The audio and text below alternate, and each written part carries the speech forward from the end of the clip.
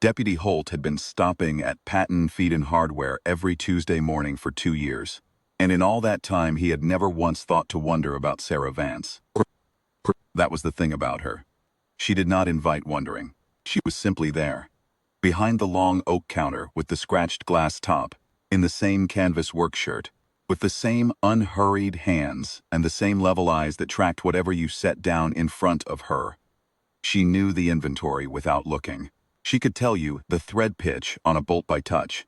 She carried 50-pound bags of feed mix off the delivery pallet one-handed, badge shoulder rolled forward, the way it always was.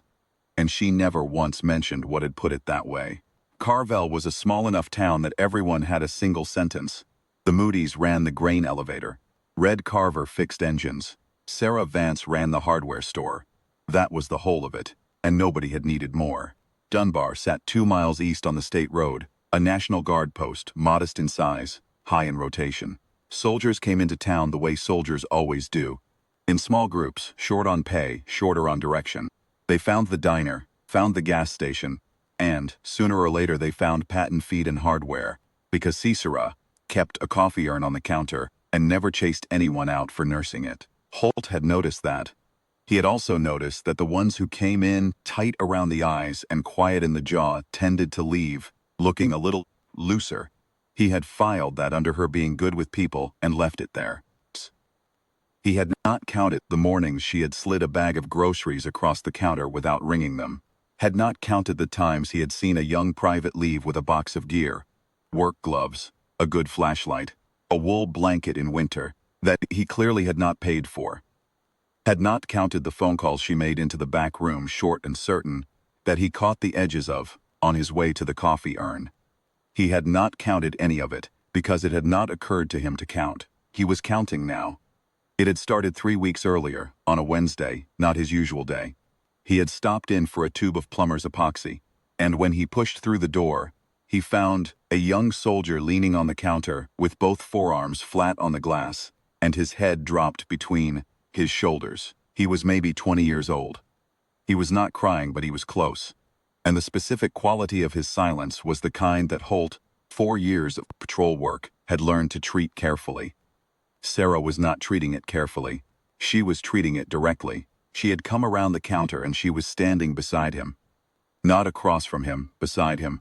And she was speaking in a low, unhurried voice that Holt could not quite hear. She was not touching the young man. She did not need to. Her whole posture was a kind of anchor, and the young soldier was holding on to it with his eyes, the way a man holds a rail in high water.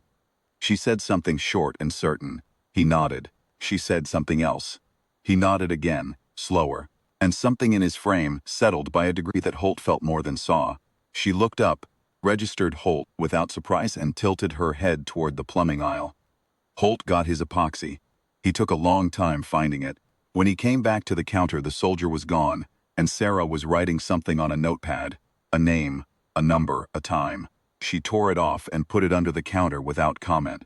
Holt set down his epoxy, watched her ring it, and said, without fully planning to, "You do that a lot?" She looked at him the way she looked at everything. Level, unhurried. Do what? He did not know how to say it precisely, so he said that. She handed him his change. "Coffee's fresh," she said. He drank the coffee and drove his route and thought about her hands. How still they had been. How the young soldier had visibly organized himself around her steadiness. He thought about the bags of groceries he had not counted, and the phone calls into the back room, and the wool blankets in winter. He drove his whole route thinking about it, and arrived back at nothing conclusive except that Sarah Vance was either a very unusual hardware store owner or something he had not considered yet. The something he had not considered came through the door, 11 days later, in the form of Lieutenant Colonel Artis Webb of Fort Dunbar, in service uniform without an appointment. Holt happened to be at the coffee urn. He watched Webb come in, stand at the counter, and ask for Sarah by name with the particular formality of a man who has looked someone up and wants to be careful about what he says next. Sarah came out of the back room, took one look at Webb, and the only thing that changed in her face was a faint compression at the corners. Her eyes, not alarm, not pleasure. Recognition maybe, or the closing of a distance she had let open on purpose. Webb was holding his phone with a file pulled up on the screen. Holt could not read it from where he stood. He watched Webb turn the screen toward her once briefly, and watched her not look at it. She already knew what was on it. They spoke for less than 4 minutes. Holt heard the words, "your former unit and next Thursday," and nothing more, because he stopped trying to hear and started watching Webb's face instead. Webb was a composed man, career officer, good posture, level affect. Something in the conversation was affecting his posture in a way that Holt found difficult to name. The man was not nervous. He was careful. The way you are careful around something you have come to respect at a distance, and are only now meeting in person. When Webb left, he nodded at Holt with the automatic courtesy of a man who has just remembered there is a third person in the room. The door swung shut behind him. Sarah went back to the counter and picked up the notepad she had been writing on before Webb arrived. Holt said, "Former unit." "Mm-hmm," she said. "Once upon a time," she said. He waited. She looked up. "Epoxy Holding?" He left. He told himself on the drive back that it was none of his business, which was true. He told himself he had never had reason to ask, which was also true. He had known her for 2 years and she had been, the whole time, exactly what she appeared to be. Competent, steady, kind in an unsentimentous way, and not inclined toward personal disclosure. None of that had changed. What had changed was that he had seen Webb's face. Thursday arrived the way ordinary days do, offering nothing in advance. Holt was on Main Street at 10:30, writing a parking complaint, when he heard the sound. He looked up. They were coming from the east end of the street, on foot, in 2 columns, in service uniform, 40 of them by his count, moving at a pace that was not a march and not a walk but something in between. The unhurried, deliberate movement of people who have decided where they are going and are in no particular hurry because they are absolutely certain they will arrive. No vehicles, no announcement. They had simply materialized at the end of Main Street and were walking toward Patton Feed and Hardware. The way weather moves toward a town. The street went quiet. The diner emptied. Red Carver came out of his shop in a work apron.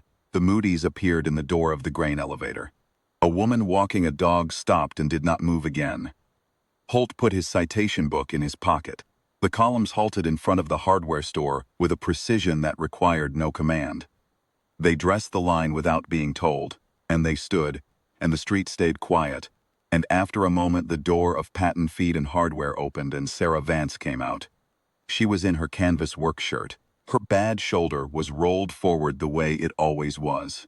She looked at the 40 people standing in formation on her street the way she had looked, at everything Holt had ever seen her look at. Level, unhurried, taking it in without being overtaken by it. Lieutenant Colonel Webb stepped forward from the near edge of the formation. He held a single folded card. He opened it, and he read. He read about 3 combat deployments.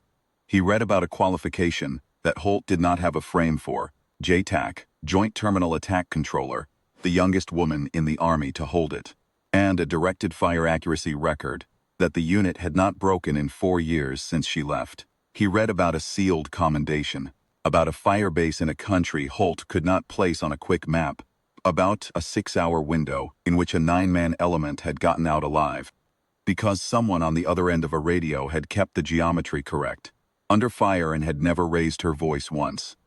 He read about the shoulder. He closed the card. He said, "Call sign Harrow. 40 people on the street," came to attention as one, and they saluted her, and on Main Street in Carville held a silence that Holt would not forget as long as he lived. Sarah Vance stood on the front step of her hardware store and accepted it. She did not smile, and she did not cry, and she did not say anything for a long moment. Then she said, clearly enough that Holt heard it from the curb, "Gonna want coffee." There was a sound from the formation that was not quite laughter and not quite anything else. The sound of people who carried something a long way and have finally put it down in the right place. Webb lowered his salute. Holt stood on the curb with his hat in his hands and the citation book in his pocket, and 2 years of Tuesday mornings reorganizing themselves in his memory. The grocery bags, the wool blankets, the phone calls into the back room, the young soldier who had come in unable to speak and left able to stand, and he understood, all at once and without any gap, what he had been watching without knowing he was watching it. He had never thought to ask because she had never needed him to. He kept his hat off until the last of them had gone inside.